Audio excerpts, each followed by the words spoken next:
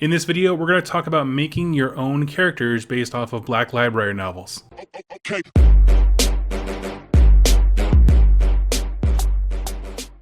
Welcome, Wargamers. My name is Doug from 2+ Stuff, and in this video, we're going to be talking about transferring those favorite characters that we have in Black Library books that don't have war scrolls into usable characters in the game. There are tons of awesome characters that these creative writers just put out there that there's no real rule support for. For example, just kind of get your mind kind of primed, basically any character from City of Secrets. There's also Gardas, who's a prolific character in several Hallowed Knights books from the Stormcast Eternals, don't actually have a war scroll. And so we're going to talk about ways to make one, both literally how to actually make one together, but then also ways of designing them so that they're not game breaking. So those are kind of the key concepts in this video. Before we begin, don't forget to head over to Instagram and give me a follow. Here's my address. And you can follow along with the hobby progress I'm doing. I just did a post about showing off my Slaves to Darkness, which is something that a lot of folks have asked me about.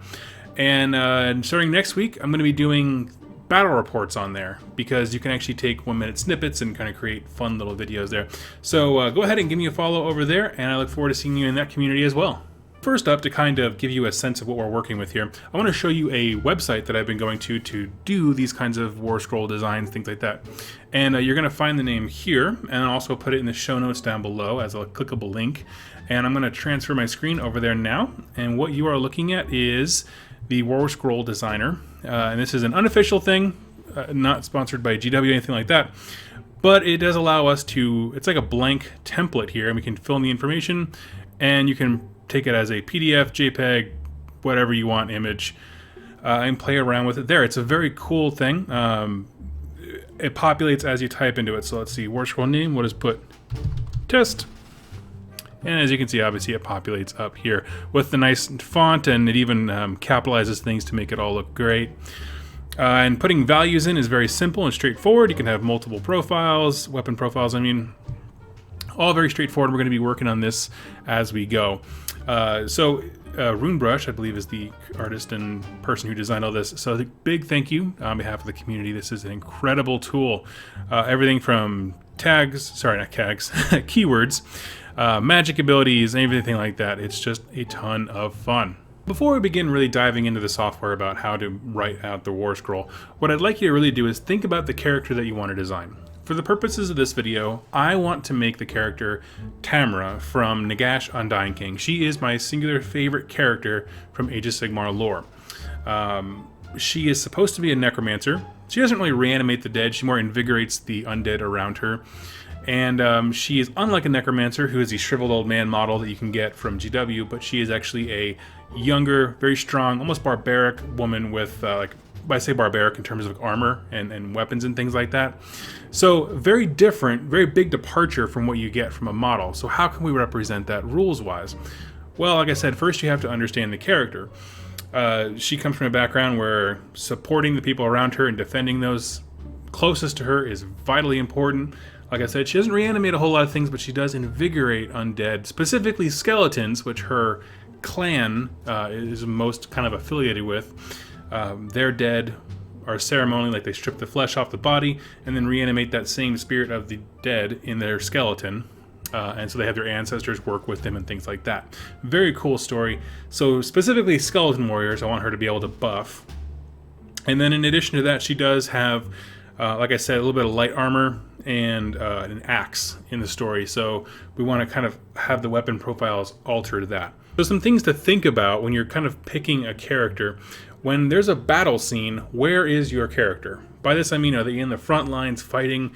Do they fight with ranged attacks? Are they more kind of reserved? Like I know there's a free guild hero in, I believe it's City of Secrets, who fights with pistols and things like that. So there are multiple places that you can be in the battlefield, always contributing. I mean, I'm not asking you to ask if they're hiding in the back, but whether it's magic support, ranged attacks, being very aggressive with those, or just, straight into combat with an axe, those are all going to be different places that you would find your character, and you want their war scroll to reflect that.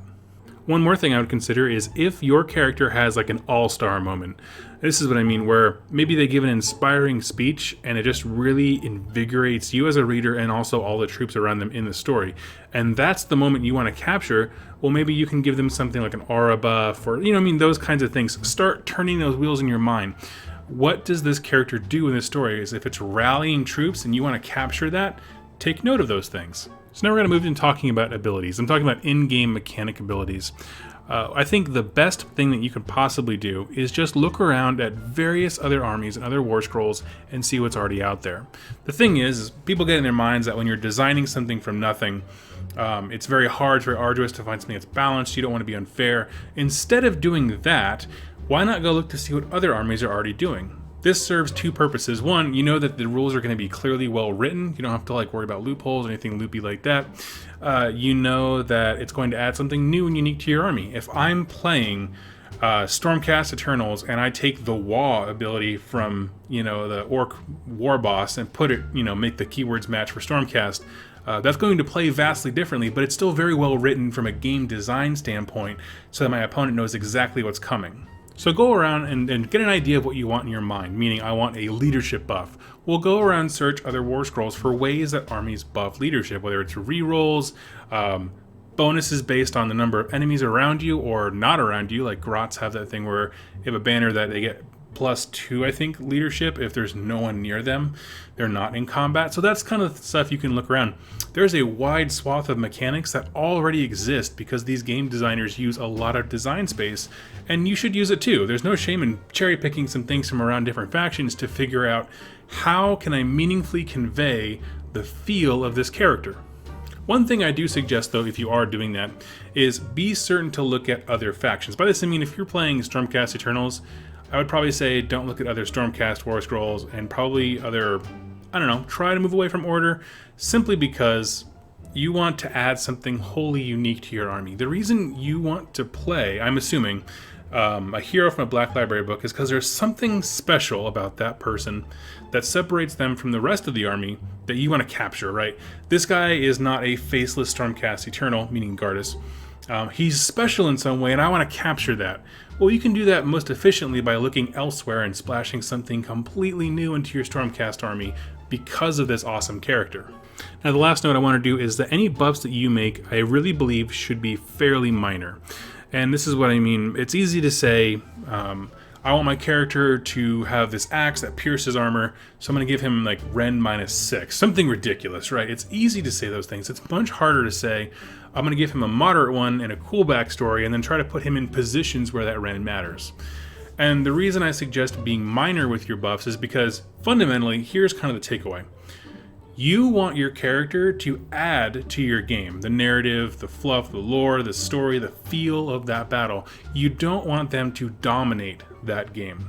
You don't want your opponent walking away saying, well, yeah, I lost. He used a broken junk leader that he made up on his own when he was snorting cocaine and came up with all kinds of crazy rules. He's immune to everything. You know what I mean? You don't want that. That's not a good experience for you or your opponent. It doesn't represent the fun of the lore or the game, really. But when you make things minor, meaning a +1 here, maybe a re-rolling ones type stuff, those kinds of little things, what they do is they accumulate into a cool story, and you are able to use your hero on tabletop. Everyone walks away with a fun time. It's easy to fall into the trap of saying this character is important, so he should be the most devastating and important thing in the battlefield from a game perspective, but that's not necessarily true. I do suggest starting from a base war scroll and modifying it. By this I mean, later on we're going to design Tamra, who is a necromancer. We're going to take the actual necromancer war scroll and modify it to reflect more armor and a better weapon, those kinds of things. And so I suggest you do that too. So if you're doing Gardas, take the Lord Celestin on foot. The reason being is when you're pulling abstract things out of the air, you tend to go some crazy ways. You just kind of get out there in terms of this guy's way too fast or way too slow, you're overcompensating, undercompensating, things like that. If you start with their generic form, the thing that GW says this model represents, and modify it from there with those minor things that we talked about, you're going to have a much better time, and it'll be a much easier thing to pitch to your opponent. Hey, do you mind if I bring this character? I want a creative narrative scene. If they're just looking at what is basically a Lord Celestin with a few tweaks, That's awesome. And the last thing I'm going to touch on here before we dive into making one is that I highly suggest you use battle plans in your scenarios. By this I mean Gardas. My favorite moment of Gardas is not actually his epic things later on in his book series. What I love is the first one we got in Warstorm, where a bunch of Stormcasts come down. They're trying to capture a gate that's controlled by Nurgle, and they're getting surrounded by plague bearers. And Gardas' job at that point is really just to stay and stand. Okay, so just if you're talking about a battle plan, it's the one that has the circle deployment for good guys, and then basically the rest of the board is bad guys, and they're all trying to cram into you. Okay, if you know that's the part of the story, of his story, that you want to suggest, or you and your opponent want to reenact, what I would say is give Gardas an ability that reflects what was important in that moment. So just spitballing here, this might be something to reroll a save, +1 attack if if you've already been hit, meaning if your plague bearers already smack you, you get to smack them back a little better. It could be +1 leadership, those kinds of things. Looking for interactions with the battle plan itself, because if you're going to communicate a story with this character, make it a big story that includes the battle itself.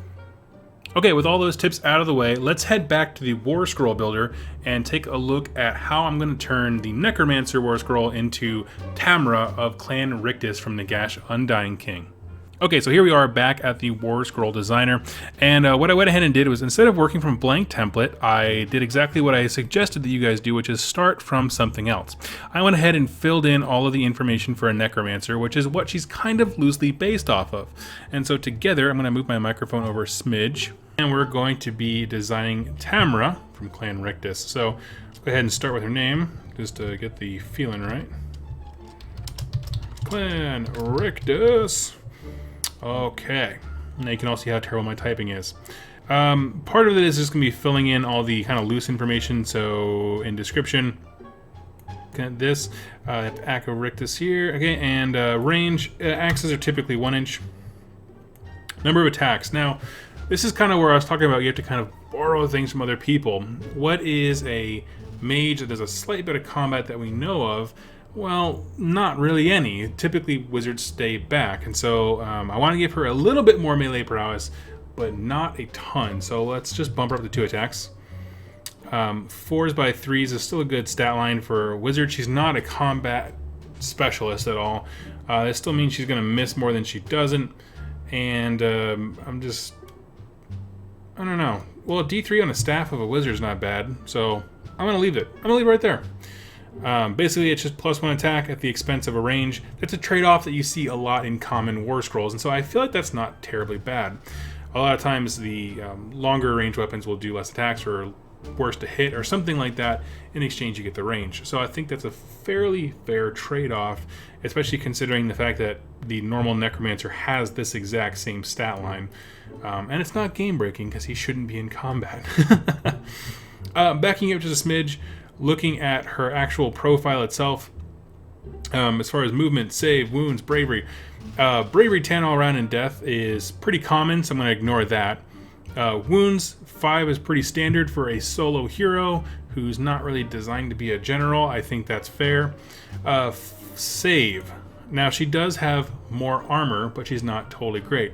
Like I said before, I compared her to the Dark Oath War Queen, which has a 5-up save, which I think makes a lot of sense. Again, no one's going to call a game breaker on a 5-up save. And then movement, I'm tempted to just leave it the way it is, simply because it keeps them in the same role that they did. They're not going to run up the battlefield and do all kinds of damage. If I really wanted to, I could probably bump that to a 6 and no one would care, but I'm just going to keep it the way it is now. Tamra has no missile weapons that we really see in the books. We're going to leave all these blanks. They don't show up. And as you can see, all these changes are beginning to take place up here. So we're going to go back down. Can Tamra fly? No, she can't fly. That would be really cool. Probably add a lot. She doesn't have a ton of unit rules. This would be something like if you had a hornblower or a banner, you can use this template designer to make entire units, not just heroes, but this is the one that I'm going through. Abilities, Undead Minions. Now, here's where there's a little bit of, not friction. The book for Tamra came out before the Legions of Nagash book came out, so this whole thing with working with summonable units and those kinds of things wasn't really touched on in Nagash Undying King, so we're just going to have to work through that a little bit. This ability is called Undead Minions. Before you allocate a wound to this model, you may pick a friendly summonable unit within 3 inches. This is you have to kind of bold things yourself because this program doesn't have bold or italics. Unit within 3 inches, roll a die. On a 4-up, the wound is allocated. Now, I'm actually okay with this rule as far as being on Tamra. The reason is her society, when they resurrect the dead then defend them. They act as watchmen, they act as wise counsel, those kinds of things. So I think this aspect is very flavorful for her. I wouldn't even be mad if we swapped that to a 3-up because, and I say specifically, there are 2 times in the story where this literally happens. So let's call it, I don't know. I want to call it something nice, something, that reflects kind of her values. Protection of the ancestors. So, protection of ancestors. This is the idea of on a 3-up, someone from her tribe or something will kind of defend her. I think that adds a little bit of flair. I'll drag this down so we can see a little better. And every necromancer has Deathly Invocation, which is a very famous thing. At the start of your hero phase, pick up to 2 friendly summonable units within 6 inches of this model. You can heal D3 wounds that have been allocated to each unit. Roll for each separately for each unit if no wounds are currently allocated. This is the Deathly Invocation rule that all kind of wizards got when Legion of the Gash dropped. This is the kind of stuff I'm talking about where it didn't exist thematically back then. What I would like to do is just not touch this at all. It's a game balance mechanic based on Legions of the Gash book, and so I think it affecting 2. If you really are a Death player and you really wanted to get the most out of that book, you could probably bump that to 3. I think there are some heroes that do 3. I can't remember what the White King does, how many he affects, I mean. But for the purposes of this, I'm going to leave it the way it is. I think that it's just a fine rule, and the fact that it's a sweeping faction-wide one makes me more okay with leaving it the way it is. Moving down to command abilities, Tamra in the story is never really in charge. She's integral and she's important and she does a lot of cool things, but she doesn't actually lead a lot of armies. And so I want to represent that. How can I represent that? Well, I'm not going to give her command ability. If she wants to have it for inspiring presence, okay. If you want to make her in charge, she in the story works under Neferata and Arcan. So she'd be a great additive to those kinds of armies thematically. She does have a few times where she goes out on her own, but they're not battles really per se, and so I think that is really easy to capture by simply neglecting that part. But now we come to the part where it gets a little bit out there for some people. Some folks really struggle to make things balanced when it comes to magic abilities, and this is what I was talking about earlier. We're taking something and tweaking it to make it a little bit more flavorful. So magic, if you're not familiar, Necromancer's unique spell is Van Hel's Dance Macabre. And basically what it is you pick a, I guess they changed it since I've been playing, I haven't played Legion of the Gash yet, but you pick a summonable unit and they get to pile on attack twice in your next combat phase. That's huge, and it does wonders for large hordes of units like zombies, skeleton warriors, things like that. If you are a Death player and you don't have a Necromancer, what are you doing? Okay, straight up. So let's talk about this. We want something that really captures her affinity and specialty with skeletons. I'm going to come back to me here for a second. So when we're talking about these kinds of things, when we approach the situation, we could do a few things. We could make it so that the Dance Macabre only affects skeletons, where we're not really losing anything. We're just toning it down to make it more flavorful. We could also do something where we have an interaction with skeletons. If you're not familiar, if you go look at the actual skeleton war scroll, they have a rule, I believe it's called Skeleton Legion. If there's 20 dudes in the unit, they get +1 to attack. If there's 30 of them, they get +2. And so I want to interact with that ability. I would love to do that. What I'm going to try to do is make a rule that interacts with something else's war scroll. This adds flavor. It's not about your hero, it's about getting the most of other people, right? You don't want Tamra to define the game, you want the other things that are supported by her to define the game. I want skeletons to define the game. I want heroes and magic to define the game, not Tamra herself. So I'm going to try and write something here. Tell me your thoughts. Okay, we are back taking a look at what I kind of came up with for the unique spell for Tamra of the Clan Rictus. And so we're looking at here is Deathly Vigor is the name I came up with it, where she invigorates the skeleton units around her specifically. And I went with, it has a casting value of 6. If successfully cast, pick a friendly Skeleton Warriors unit, which means it could be Skeleton Warriors or whatever the elite unit of those guys is. I can't remember the name. That unit counts as having 20 models for the purposes of the Skeleton Legion rule in your next hero phase. This means you can do minimum sized units of 10 and have them swing at a higher level. What this also does is has a built-in kind of limiting factor of you can't take a block of 30 and then add bonuses to that, because that block of 30 will then count as a block of 20, and you don't want that. So it's a go backward step. So I think that sounds fine. I'd like to hear your thoughts on this specific rule. And the keywords I kept all the same. I might add her name. And so she doesn't have a damage table. She's pretty small. So I think this comes together. Now, above all, this is going to require a lot of play testing, okay?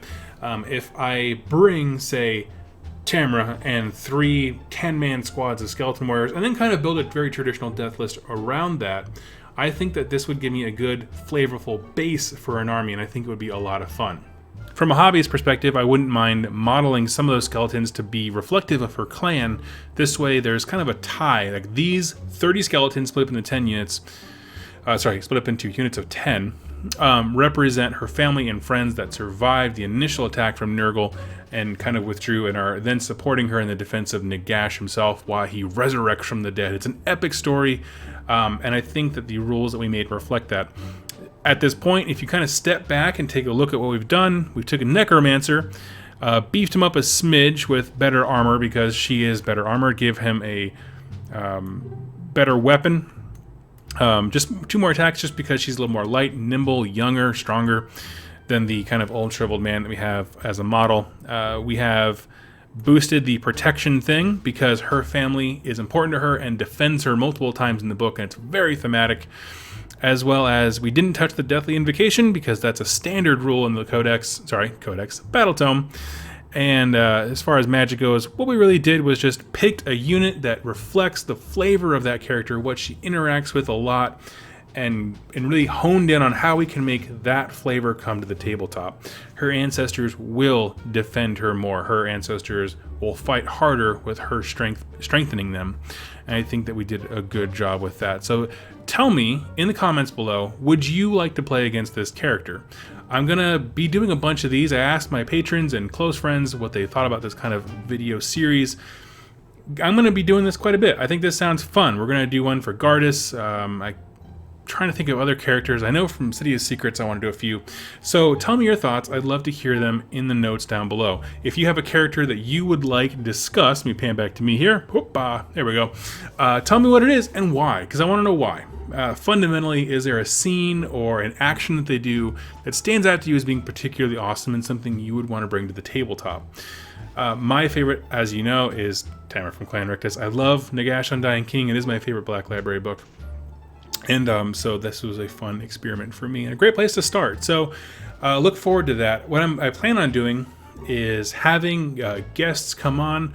We can work these things out together, build fun narrative games for them. I'd love to do some of those things.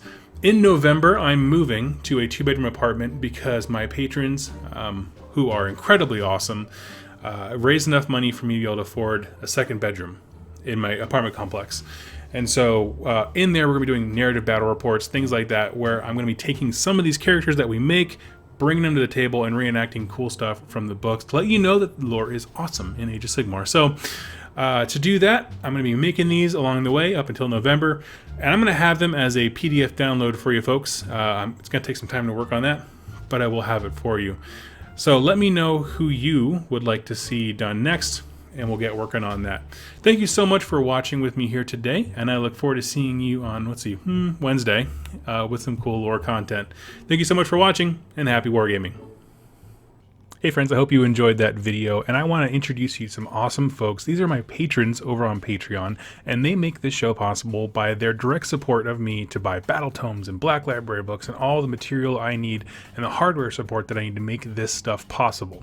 And if you'd like to join them, go ahead and click over to the Patreon page, to the link in the description down below, and you'll be introduced to a really awesome community of people talking about the hobby, sharing what they're painting. I invite them to be part of polls to decide what content comes next. I raffle off every battle tome that I review, and we're having some great fun and discussions over there. So go ahead and check it out. Now, if you can't support in that way, that's completely fine. I'm just so glad that you watched this video here today. And if you have an Age of Sigmar lore question, go ahead and click subscribe and leave it in the comments down below. I read every single question and comment. I respond to as many as I possibly can, but I use them all as inspiration for future videos. So go ahead and do that now. And I look forward to seeing you guys on my next Age of Sigmar lore video. Thank you so much for watching, and happy wargaming.